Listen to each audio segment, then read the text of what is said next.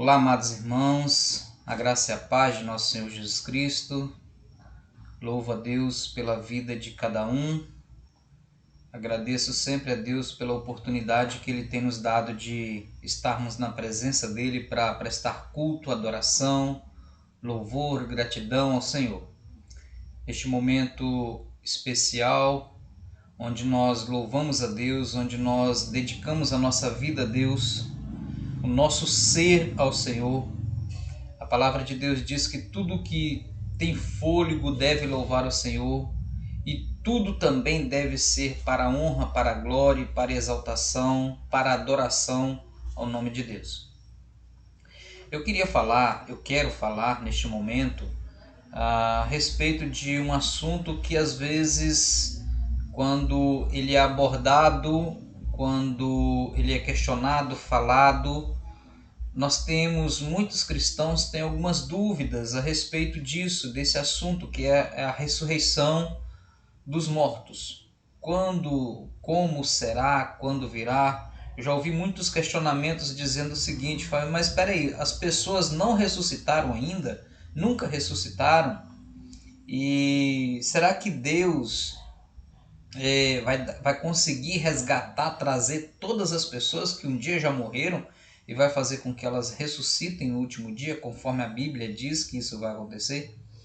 Eu quero falar nesta noite um pouco sobre isso, sobre ressurreição. Talvez seja um questionamento seu, talvez seja das dúvidas que você tem, embora você saiba que um dia vai ressurgir.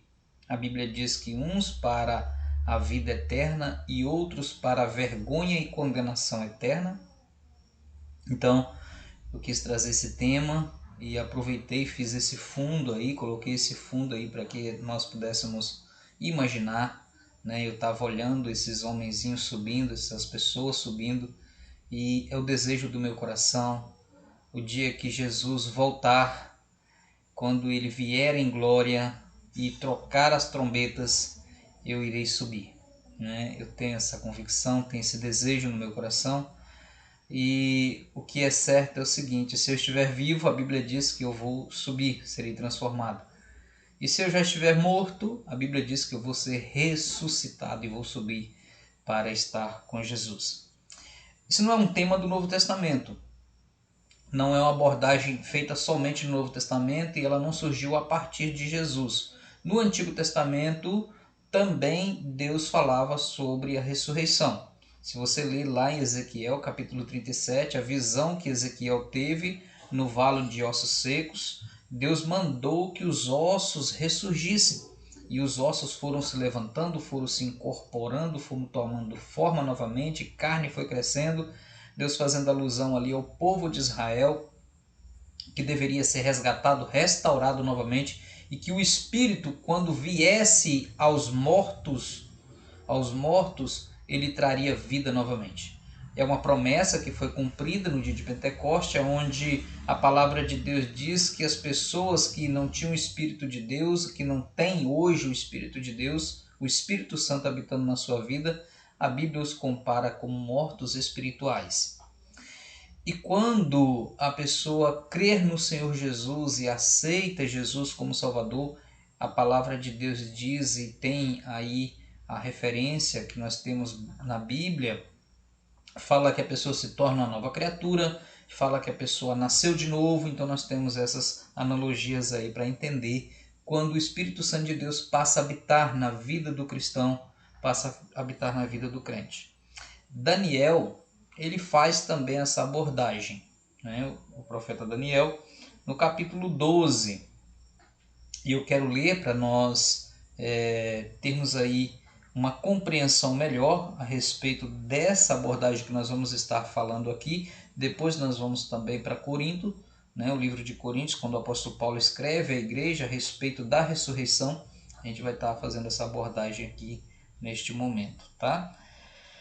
Capítulo 12, a partir do versículo 1, quando Daniel trazendo ali a profecia para aquele povo, falando a respeito da vinda de Cristo, né? Falando a respeito das profecias que viriam, que iria se cumprir e que isso não tinha como fugir, o povo não tinha como fugir disso. O povo de Israel precisava saber a respeito dessa vinda de Cristo. Nessa época, na época da vinda de Cristo, o Miguel, o grande príncipe que guarda seu povo, se levantará. Haverá um tempo de angústia como nunca houve desde que as nações vieram a existir. Nesse tempo, porém, todos de seu povo que tiverem o nome escrito no livro serão salvos. Muitos dos que estão mortos e enterrados ressuscitarão. Alguns para a vida eterna, outros para a vergonha e desonra eterna. Os sábios brilharão intensamente como o esplendor do céu, e os que conduzem muito à justiça resplandecerão como estrelas para sempre. Mas você, Daniel, mantenha esta profecia em segredo, cele o livro até o tempo do fim, quando muitos correrão de um lado para o outro e o conhecimento aumentará. Então, eu, Daniel, olhei e vi 2 outros em pé à margem oposta do rio. Um deles perguntou ao homem vestido de linho, que agora estava sobre o rio: quanto tempo passará até que termine esses acontecimentos espantosos? O homem vestido de linho, que estava sobre o rio, levantou as 2 mãos em direção ao céu. Pronunciou um juramento solene, aquele que vive para sempre, e disse: passará um tempo e meio tempo. Quando o povo santo finalmente for quebrado, todas essas coisas se cumprirão. Ouvi o que ele disse, mas não entendi o significado. Por isso perguntei: meu senhor, como essas coisas terminarão? Ele respondeu: agora vá, Daniel, pois aquilo que eu disse será mantido em segredo e selado até o tempo do fim. Muitos serão purificados, limpos, refinados por essas provações.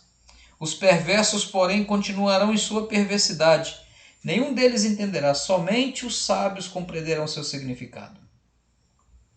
A partir do momento em que o sacrifício diário for suspenso e a terrível profanação for colocada ali, haverá 1290 dias. Feliz aquele que esperar e permanecer até o fim dos 1335 dias. Quanto a você, siga seu caminho até o fim.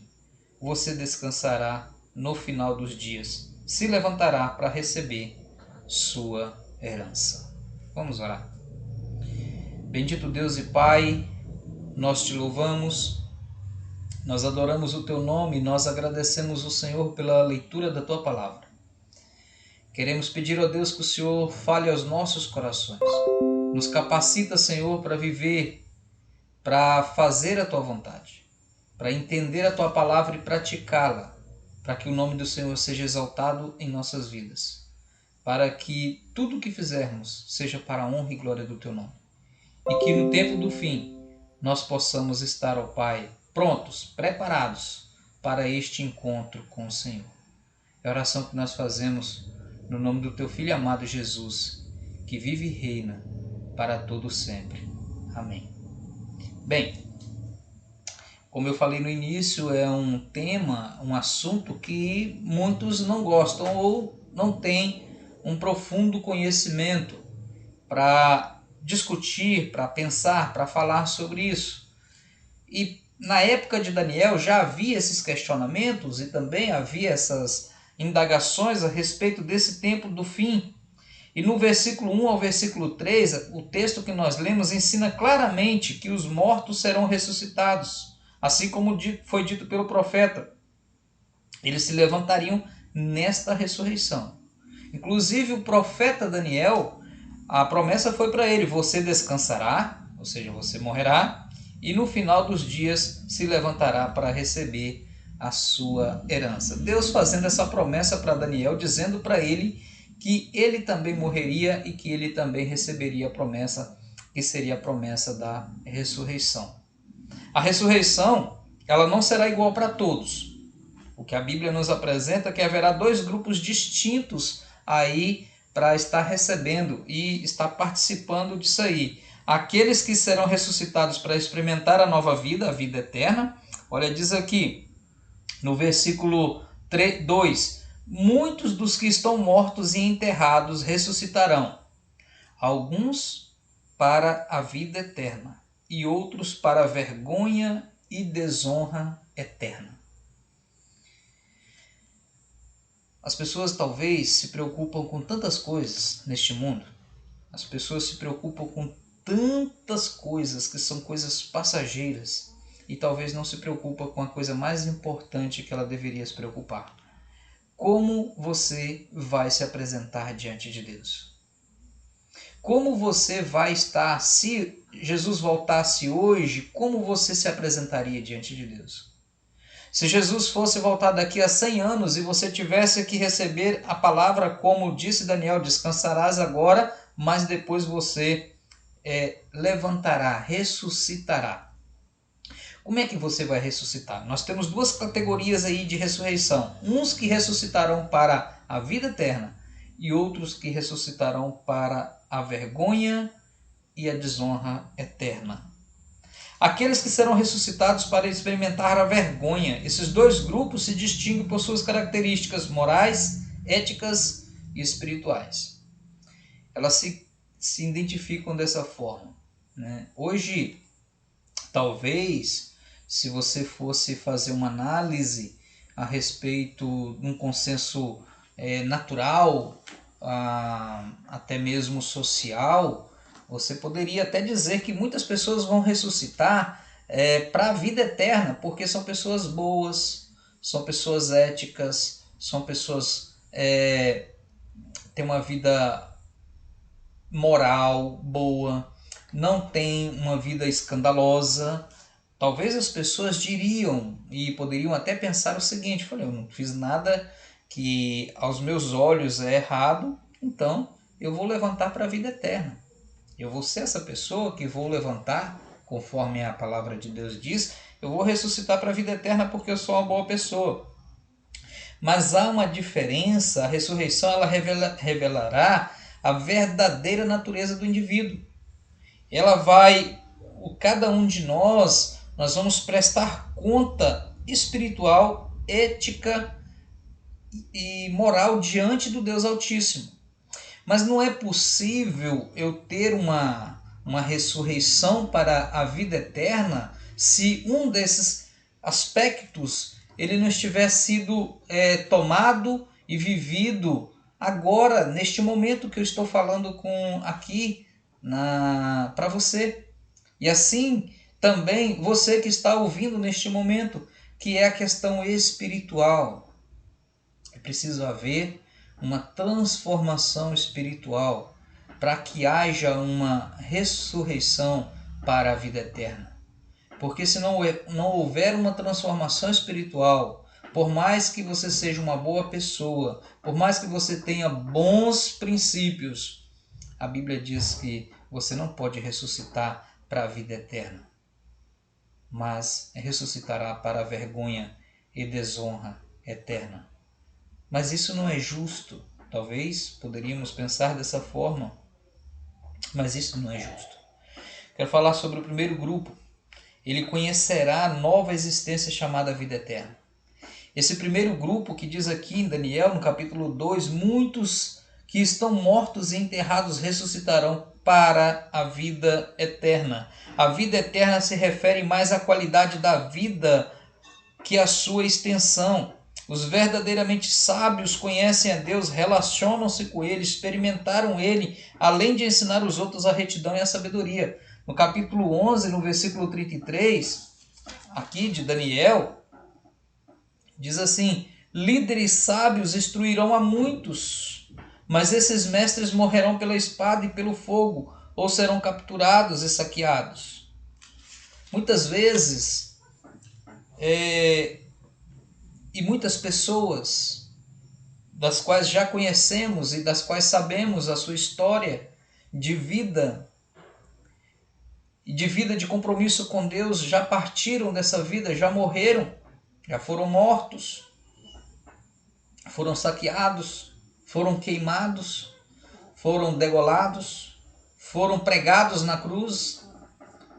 Existem muitas formas e meios das quais cristãos verdadeiros, sinceros adoradores de Cristo já morreram e estão aguardando, assim como Daniel, este momento tão glorioso, esse momento tão espetacular, tão maravilhoso que vai ser para aqueles que morreram com Cristo. Por isso que a palavra de Deus diz que esse dia vai ser o grande e terrível dia. A vinda do Senhor vai ser um maravilhoso dia para aqueles que têm esperança no Senhor. Mas também vai ser um terrível dia para aqueles que acham que estão preparados, para aqueles que acham que merecem a vida eterna. E a vida eterna não é merecimento. Quando é colocado na sua cabeça dizendo o seguinte: você não tem como saber se você é salvo ou não. Somente Deus pode saber disso. Então viva a sua vida, somente Deus sabe disso. Isso é uma mentira. Não se deixe enganar por essa mentira. Porque a palavra de Deus diz que as pessoas saberão, conhecerão e saberão que o Espírito Santo habita dentro dela. É esse Espírito Santo que o selou, que o garantiu, que é a herança para a vida eterna. É uma das convicções do cristianismo que deve ser pregada, ensinada, mostrada com toda veemência. Se você não tem certeza de vida eterna, você então precisa ter um encontro com quem dá certeza. Talvez você é religioso há muitos anos e ainda não tem esperança e certeza que se morrer hoje, você vai para o céu. Se Jesus Cristo voltar hoje, você vai subir com ele. Se você não tem essa certeza, então você não conhece Jesus, que fez a promessa e que não mente na sua promessa. Não mente na sua promessa. Essa é a única ocorrência no Antigo Testamento de vida eterna referente à qualidade de vida, que diz aqui nesse texto de Daniel, né, no versículo 11. Aí ele vai falar aqui no versículo 33, são limpos e purificados diante de seu Deus. A glória moral e ética daqueles que são ressuscitados no primeiro grupo descrito em Daniel é indicada pelas metáforas: brilharão intensamente como esplendor do céu. Brilharão intensamente como esplendor do céu. Vai ser muito bom. Vai ser muito bom estar na presença do Senhor. O que Ele tem preparado para nós, o que Ele tem preparado para aqueles que o adoram, o que Ele tem preparado para aqueles que buscam o Senhor. A Bíblia diz que eles resplandecerão como luz para sempre. Olha só o que diz aqui esse texto da palavra de Deus a respeito daqueles que Ele vai vir buscar, daquele que Ele tem escolhido para a salvação, aquelas pessoas que um dia creram nele e foram resgatadas por Ele. Muitos dos que estão mortos e enterrados ressuscitarão, uns para a vida eterna. Ressuscitarão para a vida eterna. Agora prestem atenção. O segundo grupo. O primeiro grupo ressuscitará para a vida eterna. O segundo grupo viverá desgraça, vergonha infindáveis. Lá em Apocalipse diz que o fogo nunca se apaga, o sofrimento, e o verme nunca morre. A Bíblia fala que é tormento eterno, sofrimento eterno. Será eterna a vida de sofrimento, pois não é moral, não é ética, nem espiritualmente renovado. Os que ressuscitarem, os que fizerem parte da promessa da vida eterna serão espiritualmente renovados, mas esses não. O texto de Apocalipse é mais minucioso ao tratar desses grupos na visão de Daniel. Lá no capítulo 20 de Apocalipse, a partir do versículo 4, a palavra de Deus diz da seguinte forma. Quero ler para que os irmãos e para que você, meu amigo, que está ouvindo essa mensagem neste momento, possa entender o tamanho da responsabilidade que você tem em relação à sua vida, o tamanho da responsabilidade que você tem em relação à sua família, o tamanho da responsabilidade que você tem sobre a vida espiritual que Deus colocou nas suas mãos para que você pudesse pensar sobre ela e administrá-la. No capítulo 20, a partir do versículo 4 de Apocalipse, diz assim: Vi tronos e os que andam sentados neles haviam recebido autoridade para julgar. Vi também as almas daqueles que haviam sido decapitados por testemunharem a respeito de Jesus e por proclamarem a palavra de Deus. Nós falamos na primeira ressurreição, primeiro momento, que é a ressurreição dos salvos, em toda a história da época, de pessoas que morreram de diversas formas, aqui são apresentados. E João os viu. Eles não tinham adorado a besta, nem as suas estátuas, nem aceitado sua marca na besta, na testa ou na mão. Eles ressuscitaram e reinaram com Cristo por 1000 anos. Esta é a primeira ressurreição. Aí diz assim o versículo 6: Felizes e santos são aqueles que partiram da primeira ressurreição. A segunda morte não tem poder sobre eles, pois serão sacerdotes de Deus e de Cristo e reinarão com ele por 1000 anos. A partir do versículo 11, desse mesmo livro de Apocalipse, a partir do versículo 11, ele apresenta também outra situação. Vi um grande trono, aquele que estava sentado nele. A terra e o céu fugiram de sua presença, mas não encontraram lugar para esconder. Vi os mortos, pequenos e grandes, em pé diante do trono de Deus. E foram abertos livros, incluindo o livro da vida. Os mortos foram julgados segundo o que haviam feito, conforme que estava registrado nos livros. O mar entregou seus mortos, e a morte, o mundo dos mortos também entregaram seus mortos. E todos foram julgados de acordo com seus atos. Então a morte e o mundo dos mortos foram lançados no lago de fogo. Esse lago de fogo é a segunda morte. E quem não tinha o nome registrado no livro da vida foi lançado no lago de fogo. Observa que Daniel também fala desse livro da vida no versículo 1. Nesse tempo, porém, todo o seu povo que tiver o nome escrito no livro da vida serão salvos. Mas existem pessoas que ainda não tiveram o seu nome escritos no livro da vida. Enfim, o povo de Deus será livrado da morte, aqueles que creram em Cristo, aqueles que aceitaram Jesus como seu Salvador, aqueles que fizeram um compromisso com o Senhor, ressuscitarão. A Bíblia fala que eles receberão um novo corpo e subirão para a presença de Deus. Mas os mortos serão lançados no lago de fogo, que é a segunda morte. Não tenho desejo que ninguém viva, que ninguém passe por isso. A segunda morte, ela tem fogo, ela tem bicho, sofrimento, dor, angústia eternamente. A pessoa não vai ter oportunidade de morrer e se livrar do sofrimento fisicamente ou mentalmente. Será eterno também. Assim como a vida será eterna de prazer e de glória, a morte será eterna de sofrimento e dor, longe de Deus. E não vai ter fim. É uma situação muito desesperadora. Pensar que não há possibilidade, ou que você não tem certeza de que está fazendo, de que está servindo a Deus para morar na glória com Deus. A vida eterna destrói a morte. Aqueles que são ressuscitados e tiveram o nome gravado no livro da vida, esses viverão eternamente com Cristo. Quando o apóstolo Paulo ele chega à igreja de Corinto, ele fala a respeito disso aí.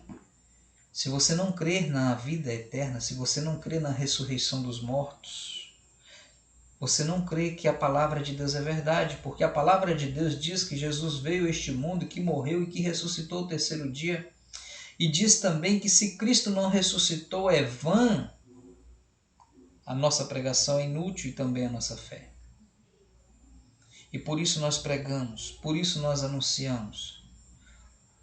Nós não anunciamos para você procurar uma igreja, procurar Jesus para você ser bem-sucedido. Eu não prego isso. Eu não ensino para você que aceite Jesus para que os problemas da sua vida, seus problemas familiares, ou seus problemas financeiros, ou problemas qualquer que seja ele, vai ser resolvido. Você pode ter ajuda para resolver esses problemas, mas não é o fato de você tomar uma decisão, levantar uma mão na igreja, que isso vai mudar assim, no estalar de dedos. Não funciona assim.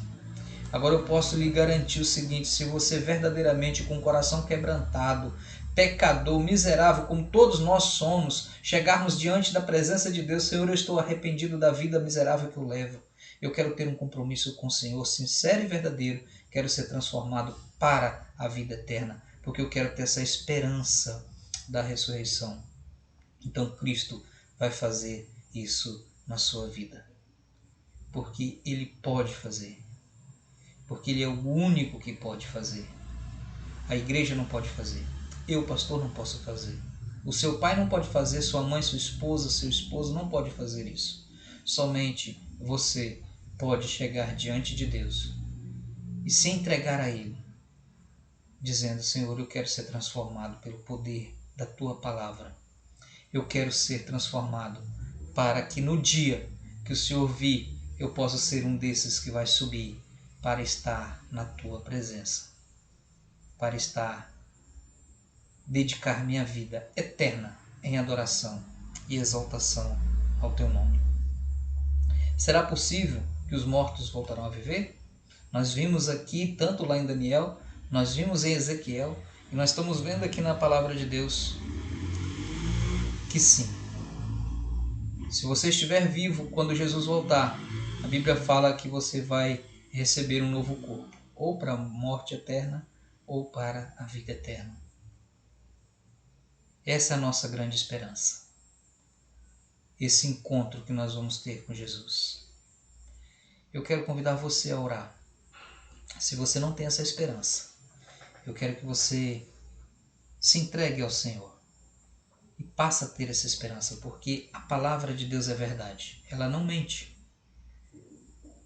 Ela não mente. Ela está escrita. Ela foi pregada para que você creia que Jesus Cristo é a única solução para a sua vida. Vamos orar?